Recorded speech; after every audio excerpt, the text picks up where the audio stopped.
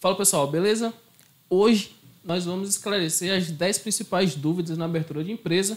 E se você está pensando em abrir sua empresa ou você começou de maneira errada, nós vamos esclarecer essas dúvidas que são fundamentais para você ter o seu negócio aberto de maneira correta. Opa, meu nome é Igor Neves, aqui da Consufis, e vamos esclarecer todas as dúvidas que você vai abrir a sua empresa sem nenhuma dor de cabeça. E se você quer abrir sua empresa de verdade, dando os passos certos, essa é a vez.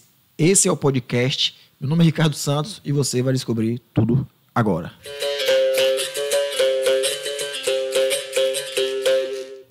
Estamos começando mais um episódio do Consufis Cast. E para começar com o pé direito, vamos para a primeira dúvida, que é uma das principais. Ainda mais agora a gente está saindo desse período de quarentena, está todo mundo tentando voltar ao mercado. E essa principal dúvida é: qual o melhor momento para abrir uma empresa? Estou com essa dúvida e como eu devo prosseguir? Bom, Paulo, é muito comum as pessoas empreenderem no Brasil. A gente sabe que falta um pouco de planejamento. Muitas vezes as pessoas tomam a decisão de empreender quando perdem emprego. Aquele tipo de empreendedor de situação, né? de necessidade. Ele não se planejou. Então, veja só, o cara nunca pensou em empreender. Depois de ter trabalhado 10, 12, 15 anos no negócio, ele recebe uma carta de demissão. Ele vai pegar a sua rescisão. E naquele momento ele decide, pô, agora eu vou ter que empreender. Não é por decisão dele, é por uma situação do momento. E aí que vem um pouco da falta de planejamento. Esse talvez seja o pior momento de empreender. Então, eu estou contando logo o viés contrário ao que ele deve fazer, que é o planejamento. Né, Negão? Perfeito, perfeito. E o planejamento é o ponto crucial, né, de tudo. É a mesma coisa de você entrar num campo de batalha. Imagine aí você que pensa em abrir sua empresa hoje, entra no campo de batalha sem ter ali o seu planejamento, sem ter a sua armadura, sem saber aonde você vai estar se metendo. E eu acho, Ricardo Pollen, que um dos maiores índices que podem trazer a uma empresa a fechar em pouco tempo é esse primeiro planejamento no momento da abertura.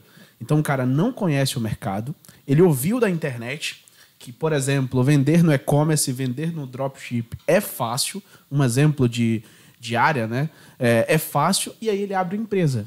E aí quando ele se depara com o campo de batalha, ele vê que não é nada daquilo que os vídeos da internet ensinaram. Principalmente hoje, que está na moda romantizar o empreendedorismo, Paulo. Sim. As pessoas como se... Olha, você não pode mais trabalhar 8 horas por dia, que você tem que ser o dono do seu futuro. E as pessoas, ouvindo isso de alguns influenciadores de internet, ficam acreditando que empreender é esse mar de rosas. E, na verdade, pode ser um mar de rosas, dependendo do que o empresário vai fazer nesse percurso. Então, o ideal é que a gente esclareça, não é? Com certeza.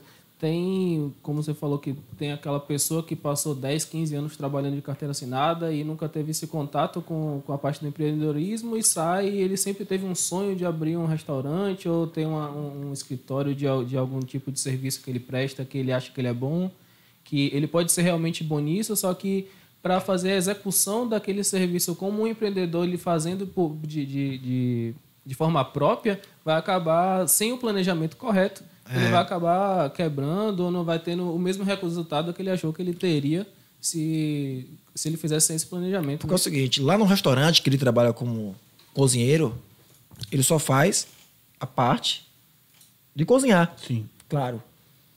E aí ele vê um restaurante, o restaurante tem sucesso, o pessoal elogia a comida dele, ele é um excelente profissional. Só que quando ele vai empreender, ele pega outras áreas do negócio que lá ele não fazia. Então ele tem que comprar, ele tem que escolher fornecedores, ele tem que contratar pessoas, ele tem que gerenciar a equipe, ele tem que fazer a gestão financeira, ele precisa lidar com burocracia do governo, pagar impostos. Então, tudo isso é desconhecido. Então, ele vai empreender somente com a visão técnica que ele tem.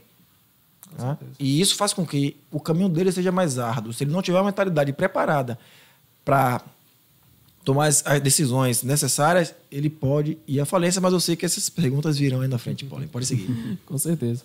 Fora isso, que a gente passou já dessa parte de planejamento, ele conseguiu achar um escritório de contabilidade que auxiliou ele na parte de planejamento, que conseguiu ver qual é o melhor caminho que ele pode seguir para conseguir fazer aquela abertura da empresa dele. Aí vem aquela dúvida, quais são os principais erros que ele pode cometer quando ele não faz o planejamento ou que caso ele faça um planejamento que não seja adequado para o tipo de empresa que ele quer. Show de bola. É só interessante a gente mencionar, porque há planejamentos diferentes, né? A gente tem empresas que ela começa pequena e tem empresas que já vêm de um planejamento com um determinado porte, um determinado tamanho, e são aquelas empresas que o cara já tem 3, 4, 5 empresas e ele quer agora um outro nicho, um outro mercado, ele já é um empreendedor e tem aquele cara que está começando do zero. Então, o primeiro ponto que eu acho interessante, não sei se vocês concordam, é o cenário. Ele saber o nicho que vai trabalhar. É a mesma coisa de eu querer abrir um escritório de contabilidade e não entender o mercado. Então, a gente poderia mencionar que o primeiro erro seria, talvez, aí, empreender em algo que ele não conhece. Algo que não conhece. Verdade. Vai exigir dele uma curva de aprendizado muito grande. Vamos imaginar que eu hoje não conheço nada de pizzaria. Eu quero abrir uma pizzaria, não tenho nada de pizzaria. Eu vou ter que aprender muito mais coisas do que quem já viveu, quem já entende, quem já trabalhou numa pizzaria, vai aprender muito menos. Então, isso é uma curva de aprendizado. Talvez seja o primeiro erro. O primeiro erro aí trata-se assim mesmo. E um segundo erro que eu também colocaria seria a limitação financeira. A pessoa imaginar um projeto, só que ele não tem o recurso necessário. Tá? E o grande problema desse recurso que ele não tem, e aí vem essa grande armadilha de você empreender quando você foi demitido. Porque muitas vezes o recurso que você não tem na mão não é um lastro suficiente para aguardar até quando o negócio dê retorno. Sim. Então, desse caminho que vem muitos problemas. A gente fala de empreender e eu creio que empreender vem desde o momento de você se movimentar e ao ápice também de você abrir uma empresa, né? Porque eu enxergo o empreendedorismo não somente com o ato de você ter um CNPJ, é um ponto inicial, só que tem tempos e tempos, né?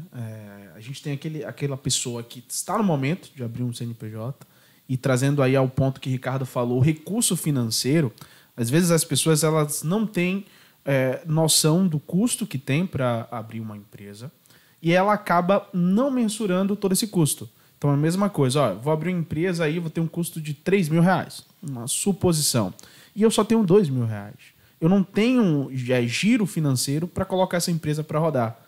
Então, não tem condições de que eu possa, pelo menos, iniciar esta empresa. Então, esse é um dos pontos bem interessantes aí. Então, para começar, Paulo, os pontos são esses. Ótimo. Porque, como vocês falaram, não adianta só você saber que você tem ou você escolher um ramo que realmente esteja no auge ali de desenvolvimento, está todo mundo procurando, realmente vai ser muito rentável nesse início, mas você acabar não conhecendo realmente como é o por trás daquele ramo ali, para você conseguir manter, ou você não ter o capital de giro suficiente para conseguir fazer essa empresa girar depois que ela está aberta, é muito mais complicado O palco dos outros é muito bonito, né? Você olha o vizinho tendo sucesso. O Instagram é muito bonito. bonito. O Instagram é muito bonito, só que você não sabe os bastidores, então você começa... O famoso quem vê close não vê o corre, né? Quem vê close não vê corre. Então você olha assim, poxa lá, a loja do fulano lá tá lotada, vou abrir uma loja também. Você não sabe por trás, né?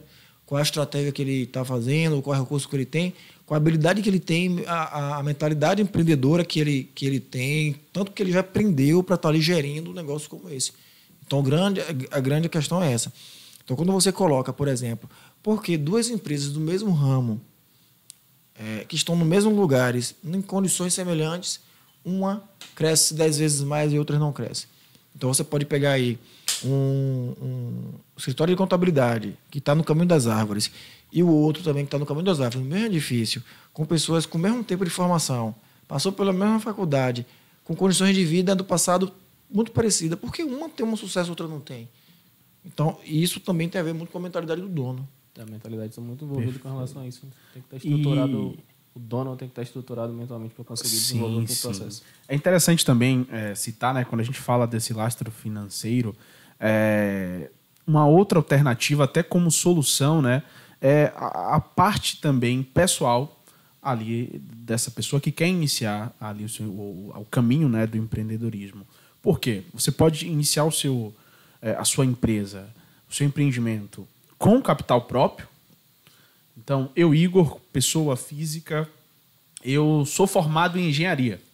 E aí eu quero trabalhar com laudos técnicos. Então, eu não vou ter um grande custo para colocar esse serviço para rodar. Então, eu consigo gerenciar com o meu giro, meu dinheiro ali pessoal. Só que o Ricardo vai abrir uma empresa, ele também é engenheiro, só que vai abrir uma empresa de reforma, de construção. Então, ele precisa ter um lastro financeiro. Então, recorrer também, Ricardo, eu acho interessante, né, ao dinheiro de terceiros, como o banco. A gente tem histórias de vários empreendedores que começaram com empréstimos, mas isso também está muito ligado à saúde financeira ali, né, daquela pessoa. Outro dia a gente vai fazer um podcast só para a gestão financeira. A gente discute tudo isso e assim aprofunda mais nesses temas aí, dando soluções para o empresário. Pronto, aproveitando esse gancho que Igor falou sobre a questão do lastro financeiro, tem uma das dúvidas que é o que devo ter inicialmente para me manter longe desses riscos. Acho que tanto financeiro quanto da falta de estrutura que dinheiro, habilidades, né? Tanto de negócios como um empresário, né? Essa habilidade. Ter um bom parceiro, como uma boa consultoria, não só de contabilidade. Contabilidade ela é obrigatória em si, mas você ter também uma espécie de mentor ali no negócio, né? O contador ele pode te ajudar, só que ele não faz tudo. O empresário precisa também fazer a parte dele. E algumas vezes essa parte do empresário ela é suprida ou por um consultor ou por uma contabilidade consultiva, que vai ajudar também, porque tem os gargalos e tem as obrigações que são pertinentes ao negócio em si e não a terceiros, né? Então, quando, por exemplo, que muita gente confunde, você contrata um contador, você não contratou um trabalho administrativo. Então, o administrativo fica dentro da empresa, né? De cada pessoa. Então, dinheiro, expertise, nem sempre dinheiro resolve tudo, nem sempre expertise também resolve tudo, é um conjunto de todos os fatores, né? Digamos assim. Perfeito. Então, dentro do processo de abertura, uma das etapas mais difíceis, ou a etapa mais difícil, é a parte do planejamento e a parte da estrutura financeira, ou existe algum ponto mais crítico, mais sensível, para que pode ser avaliado como um ponto mais difícil assim, para fazer essa abertura?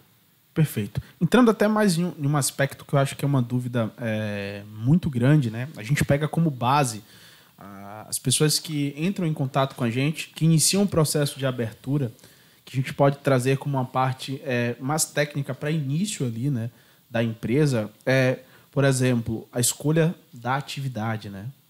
Um ponto muito interessante, Pólen, escolha da atividade, escolha do local onde vai ser sediado aquela empresa, né? Acho que também tem pessoas que desconhecem, Ricardo, que existe um escritório virtual, um cowork.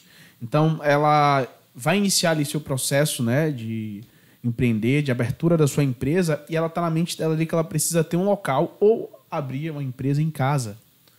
Então, ela saber que ela tem um apoio administrativo de um serviço de escritório virtual também é interessante. Eu acho que essa parte também inicial ali, de escolher uma sede, de escolher a atividade, isso tudo, a contabilidade acaba auxiliando também para redução de custo, né? Dentro do processo que eu vou chamar de burocrático, que é a parte da formalização, que é a parte que mais cabe à contabilidade, justamente a parte do endereço.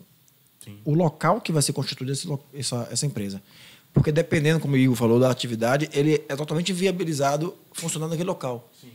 Então, por exemplo, o cara que abriu uma empresa de comércio, né? Uma mocinha, uma senhora que abriu uma loja, por exemplo, ela quer essa loja dentro da sua casa. E a legislação, pelo menos daqui de Salvador, ainda não avançou no sentido de permitir que tenha essas atividades dentro da sua residência. Então, isso inviabiliza. Então, a primeira coisa que tem que se analisar é o estabelecimento. Se aquela atividade, como o Igor disse, se aquela atividade vai ser permitida dentro da residência.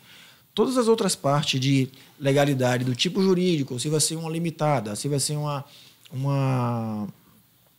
ERL nem existe mais, né? Foi extinta. Se for uma empresária individual, se for uma SA, tudo isso vai depender de fatores anteriores, que não estão no processo em si. São fatos que já são decididos. Então, por exemplo, se uma empresa for limitada, ela pode ter um sócio só ou pode ser individual. né? Ou posso ter uma limitada com 2 sócios ou mais.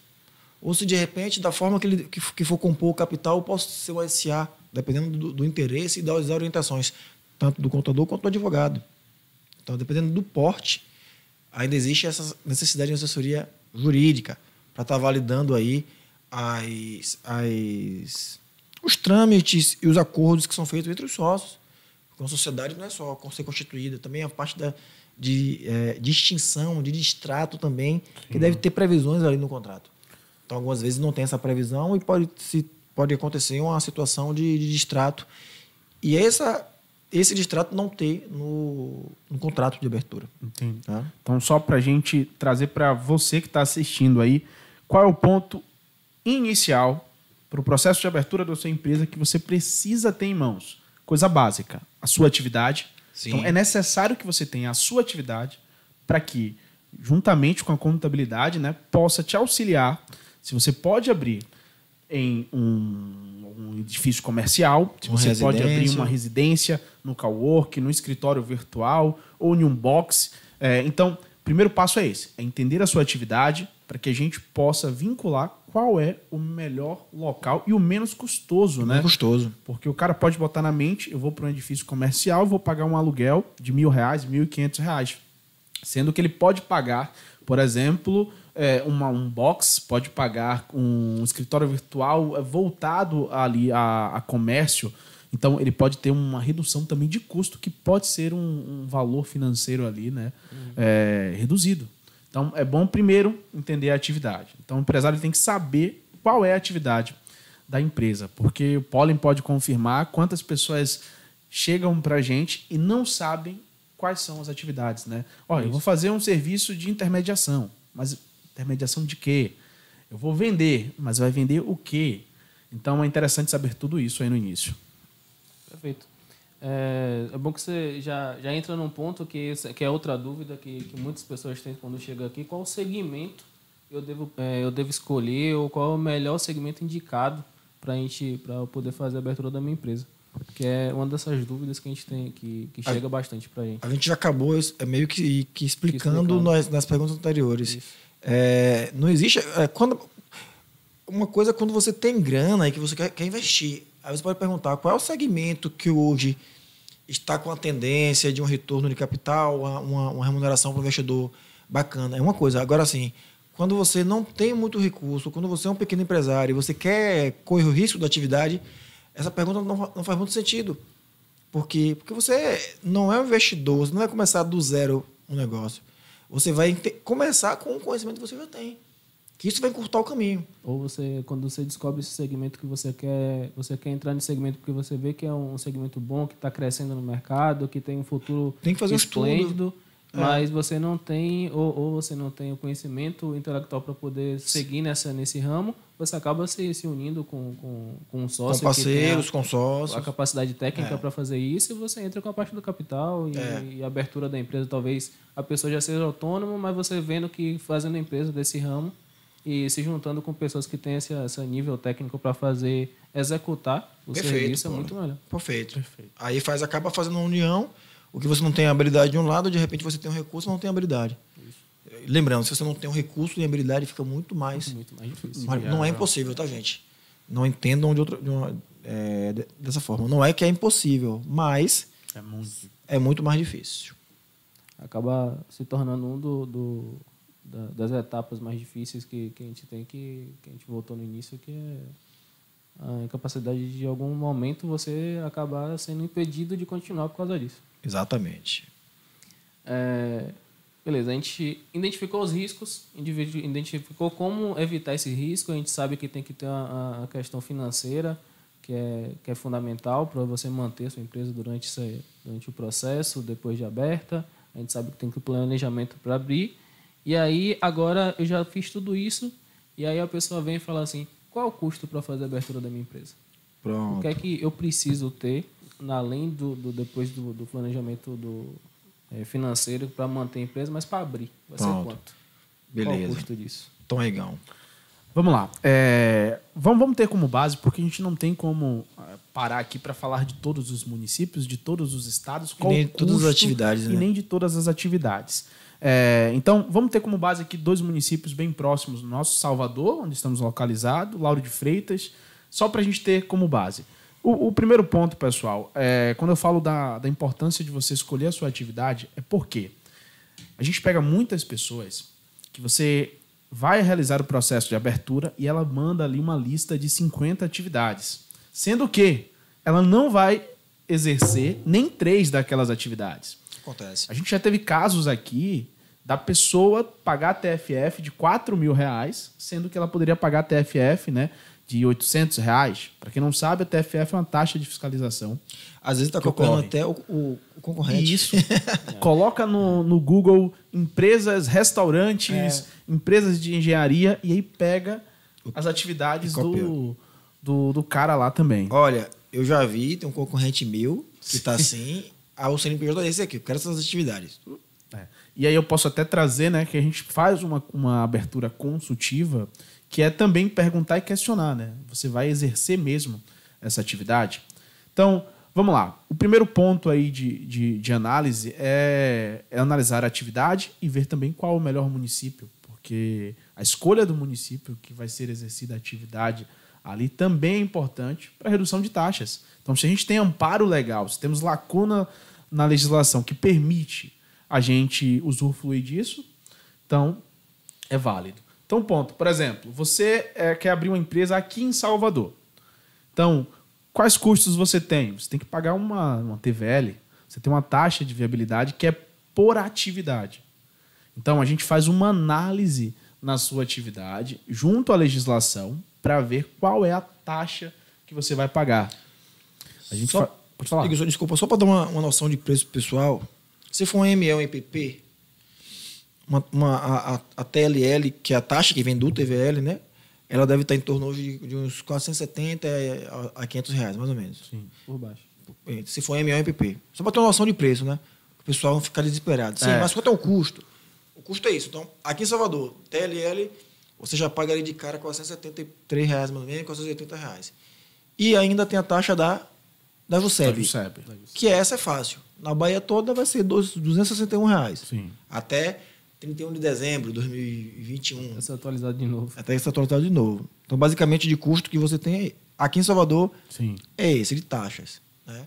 Claro, dependendo do negócio, você vai ter outras licenças e tal. Não está falando disso. Dependendo do serviço, tem licença ambiental, tem taxa de utilização de solo. Vigilância sanitária, por aí vai. Agora, depois que a empresa está aberta, aqui em Salvador, logo em seguida tem outra taxa, que não faz parte da abertura da empresa. Eu gosto muito de frisar, porque quando a gente faz processo de abertura da empresa aqui na Consufis, eu deixo claro que, olha, essa taxa não faz parte da abertura, mas eu estou te avisando que ela existe, justamente para o empresário não começar com recurso e depois tomar uma surpresa, que é a TFF, Taxa de Fiscalização e Funcionamento, que é comum em todos os municípios. Isso. E é até interessante citar, né, essa questão da TFF. A gente tem, né, também faltas de declarações ao município, que causa uma coisa que a gente vê muito aqui, que é a questão de solicitação de impugnação de TFF, né?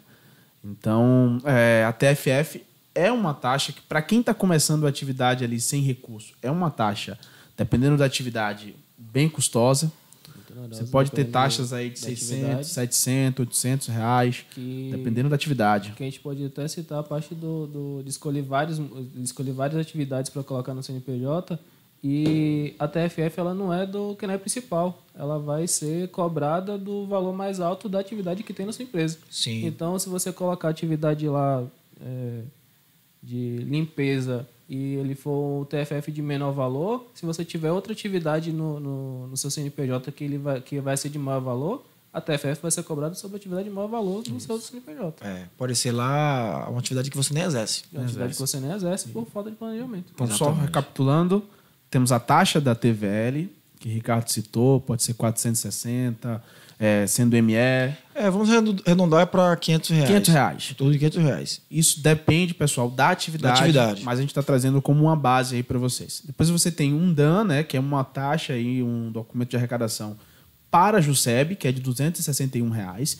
E eu incluo também nesse processo, né, não faz parte do processo de abertura, mas o empresário ele vai sofrer ali aquele pagamento de início, porque quando você abre uma empresa, você tem um mês ali para pagar a sua TFF. Então, a gente inclui também aí para você ter ciência quais são os custos iniciais que você vai ter ali para recolher, né, no início da abertura. Soma aí mais o honorário do contador. Mais o honorário do contador. Né? Por todo esse trabalho, por essa blindagem que o contador faz para você. Não é só o preenchimento dos formulários, tem que ter uma inteligência por trás da abertura da empresa. Né? Existe um trabalho intelectual sério, porque você tem a classificação da atividade, que é muito sério. Existe o regime tributário, que é muito sério. Se eu não fizer um bom planejamento, eu não vou me enquadrar no melhor regime tributário, eu vou pagar mais impostos. Quantas empresas a gente percebe que está pagando imposto errado por falta do enquadramento. Então, algumas vezes você coloca uma atividade que não é permitida, por exemplo, no Simples Nacional, se esse regime fosse o melhor para aquela empresa. A empresa que já abre fechando, né? Já abre fechando, né? Já abre com a TFF alta que o cara que nem exerce, porque alguém achou bonito.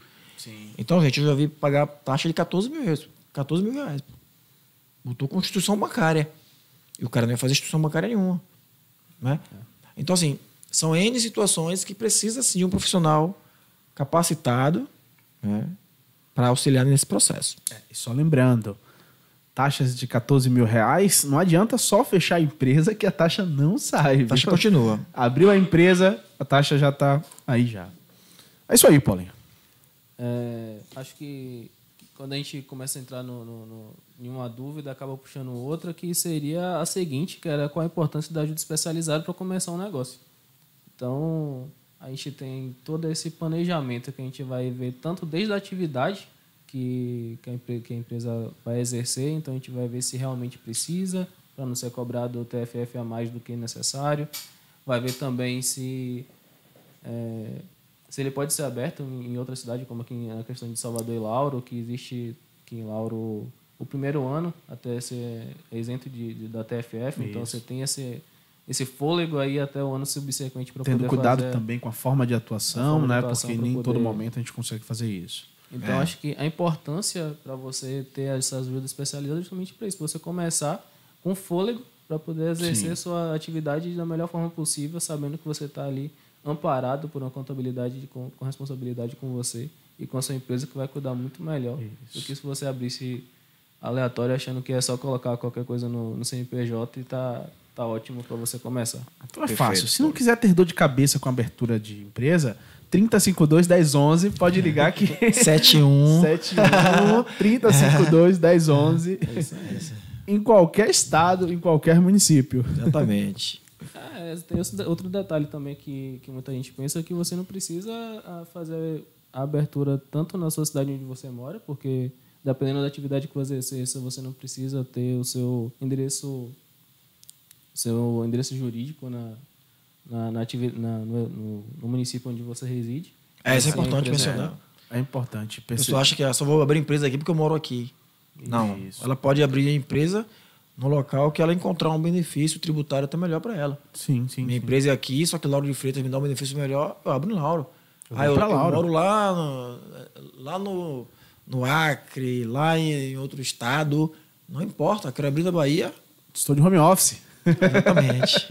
Hoje, na questão de home office, né, nos trabalhos virtuais, a gente pode trabalhar em qualquer local do país e fazer abertura em qualquer local, que não tem problema nenhum para você fazer abertura dessa empresa, você não estando naquele local. E só para finalizar essa parte aqui, o local também, pessoal, é muito interessante para fins tributários. Então, por exemplo, a gente tem um nicho muito forte que é construtora, engenharia civil, e dependendo do município que aquela empresa irá realizar suas prestações de serviço, tem que ser feita uma análise antes. Exemplo, eu tenho uma empresa e eu sei que nos meus primeiros anos eu vou ter um contrato fiel e que eu só vou prestar serviço para uma empresa de Salvador. Então, vamos analisar os benefícios de Salvador? Qual é o município mais interessante? Então, a gente tem uma coisa muito interessante, que é a questão do ISS, que a gente analisa também, mesmo antes de abrir a empresa. Então a gente tem que ter cuidado também, né? Porque essas pequenas escolhas iniciais que a gente pode achar que é desprezível, que depois ajusta, é o que decide o futuro aí da empresa. Perfeito.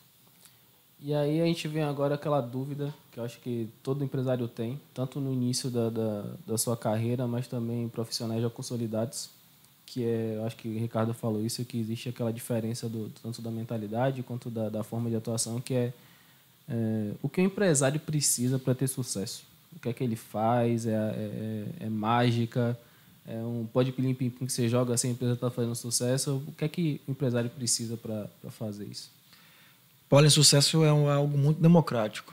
Sucesso ele não é um privilégio de quem tem dinheiro e nem um privilégio de quem nasceu em família nobre, né? Digamos assim. Sucesso é de quem trabalha duro, trabalha com inteligência, de uma pessoa que assume seus compromissos, que sabe que empreender não é fácil.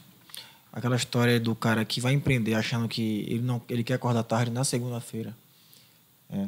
Não é bem assim. Talvez ele tenha que trabalhar um pouco mais até chegar nesse ponto. Tá? Entender que ele agora tem muito mais patrões do que ele tinha antes, porque antes ele tinha um patrão ou dois, ou às vezes 3. Agora todos os clientes dele são patrões, todos os gerentes que trabalham no cliente dele são patrões. Então, hoje eu posso dizer que eu tenho mais de 400 patrões, 500 patrões, porque cada cliente nosso é um patrão nosso. Então, o empreendedor ele tem que entender isso. Ele tem que entender que a empresa é um reflexo do dono. Então, as atitudes que ele tem na empresa, ele vai refletir na equipe. Então, logo, ele tem que ser alguém acima da média, não pode ser alguém medíocre, porque senão a empresa dele vai ser uma empresa medíocre. E não por conta das pessoas, mas sim por conta dele. Uma das primeiras coisas que o empresário tem que ter na cabeça é a questão da autorresponsabilidade. Tudo é culpa dele. Tá? Mas eu paguei o cara não fez. Pô, culpa sua. Onde foi que você errou? Tá? Então, é dessa forma que você consegue construir uma empresa de sucesso. Nunca ficar distante do que acontece na empresa. Não é que ele faça o operacional, mas que ele conheça as pessoas que estão executando, de que maneira executa e que nível de competência ela tem para executar aquilo. Ele sempre esteja ali dando o toque dele. Regulando a qualidade do cliente, lutando sempre para que os clientes sejam satisfeitos. Porque a sensação do cliente mostra duas coisas: que a empresa está indo bem e que a empresa pode crescer, porque mais pessoas podem comprar. Então, se a empresa ela não vende, acaba não conseguindo que o cliente seja satisfeito, ela tem que fechar. Não presta um péssimo serviço, fecha. Porque não dá para crescer. Uma empresa que cresce, que não é competente, ela presta um desserviço. Né? Então, claro que não são só esses requisitos, são vários, mas pelo menos esses eu citaria para todo mundo que me perguntasse. Perfeito. E um outro ponto interessante é entender que a empresa é uma coisa, o empresário é outra. Então, eu acho que para uma empresa e o empresário ter sucesso, ele tem que saber dividir esses dois pontos. A gente tem aquele ditado, né? Empresário pobre, empresa rica. Empresa rica, dono pobre, né? Dono rico, empresa milionária, dono milionário, empresa bilionária. Então, você tem que saber separar essas questões. Então, por exemplo, o dinheiro que entra na empresa, ele tem que ser visto como empresa. Então, primeiro ponto, você não pode entender que o seu CNPJ é uma extensão sua. Então, esse é o primeiro ponto. Então, tem casos e casos, né? A gente sabe que hoje, com a alteração da forma de trabalho, temos pessoas que exerciam uma determinada atividade, hoje tendo o seu CNPJ para realizar a mesma atividade. Mas quem quer se tratar como empresa, como empresário, tem que ter essa noção. O dinheiro da empresa é uma coisa, o do sócio é outra. Não entrou na conta da empresa, é seu. Então tem que ter essa visão muito. E assim, não é entender que a empresa é dele, que tudo pode ser feito. Como, por exemplo, a empresa é minha, então eu contrato o que eu quero e demito o que eu quero. Sua função é você contratar pessoas competentes, né, para fazer o que deve ser feito e não o que você quer. Algumas vezes tem empresário que coloca algum parente para trabalhar que não tem a mínima competência.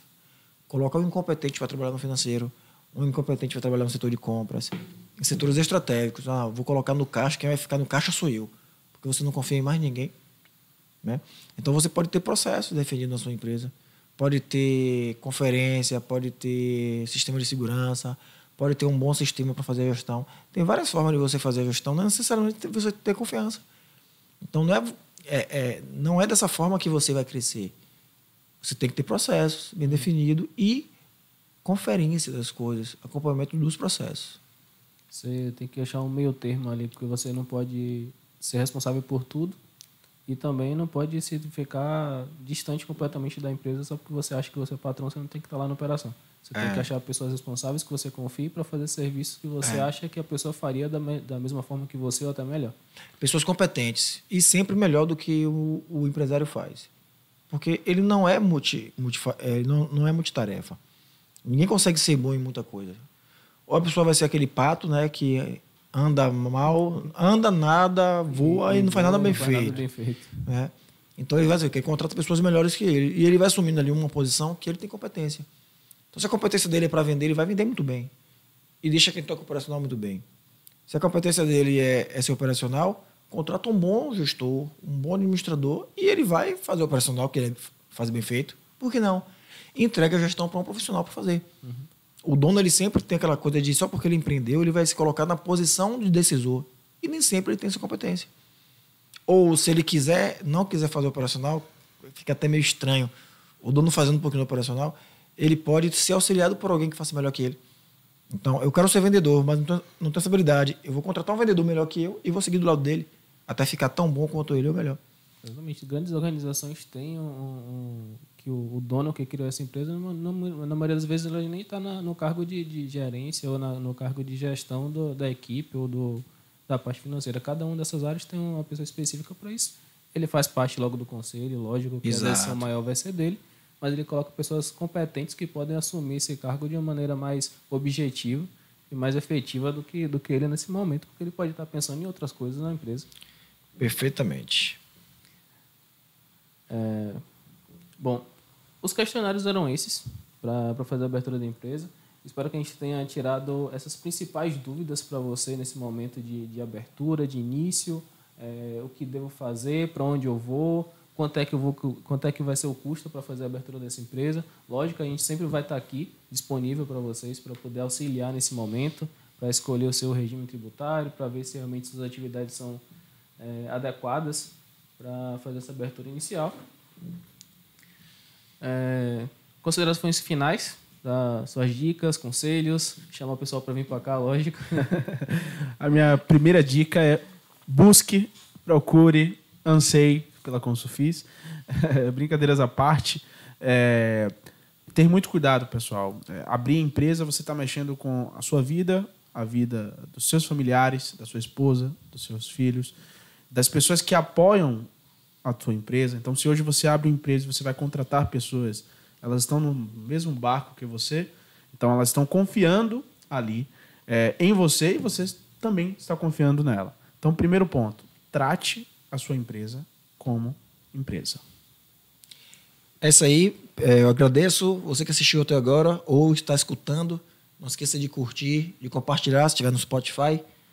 E é isso aí, pessoal. Até o próximo episódio. Lembre-se sempre, Consufis faz bem. Contabilidade faz bem. Essa empresa merece Consufis. Exato, essa parte não foi ensaiada, então. Tá legal aí, pessoal. Até mais. Um abraço. Um abraço. Dá um tchauzinho, Paulo. Ei, acho.